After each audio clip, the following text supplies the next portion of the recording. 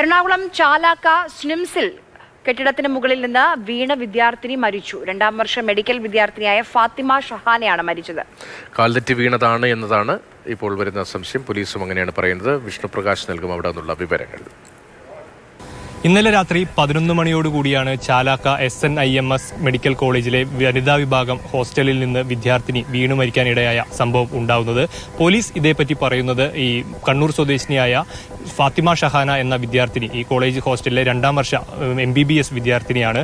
ഈ കൂട്ടുകാരികളുടെ ഈ ഫാത്തിമ ഷഹാനയുടെ കൂട്ടുകാരികൾ 7ാം നിലയിൽ നിന്നും ഈ 5ാം നിലയിലാണ് ഫാത്തിമ ഷഹാന താമസിക്കുന്നത്. അപ്പോൾ 7ാം നിലയിലുള്ള ഈ ഫാത്തിമ ഷഹാനയുടെ കൂട്ടുകാരികൾ ഈ കുട്ടിയുടെ റൂമിലോട്ട് എത്തുകയും പിന്നീട് ഇവരെ തിരിച്ച് റൂമിലോട്ട് കൊണ്ടുവിടാനായി പോകുന്നതിനിടയിൽ ഈ കുട്ടി ആദ്യം 7ാം നിലയിലേക്ക് ഓടിക്കയറി പിന്നീട് ആ ഒരു കൈവരി കെട്ടി തിരിച്ചുണ്ടായ ആ ഭാഗത്ത് നിന്ന് താഴേക്ക് പതിക്കുകയായിരുന്നു എന്നാണ് ഈ പോലീസ് പറയുന്നത്.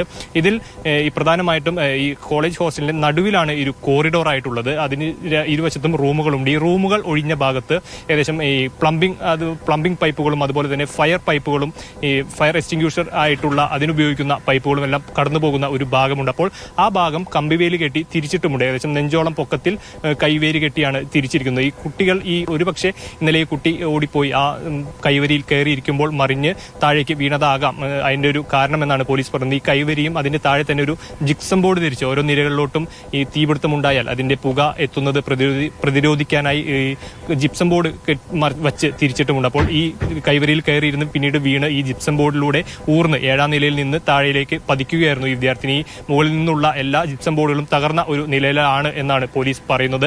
നിലവിൽ ഈ കുട്ടിയുടെ മൃതദേഹം ആസ്റ്റർ മെഡിസിറ്റിയിലാണ് ഉള്ളത്. ഇവിടെ നിന്ന് ഇൻക്വസ്റ്റ് നടപടികൾ പൂർത്തിയാക്കി കളമശ്ശേരി മെഡിക്കൽ കോളേജിൽ കൊണ്ടുപോയി പോസ്റ്റ്മോർട്ടം നടത്തിയ ശേഷം ബന്ധുക്കൾക്ക് വിട്ടുകൊടുക്കുമെന്നും ആണ് അറിയിച്ചിരിക്കുന്നത്. മനോജ് മാളശ്ശേരിക്കൊപ്പം വിഷ്ണുപ്രകാശ്, മാതൃഭൂമി ന്യൂസ്, കൊച്ചി.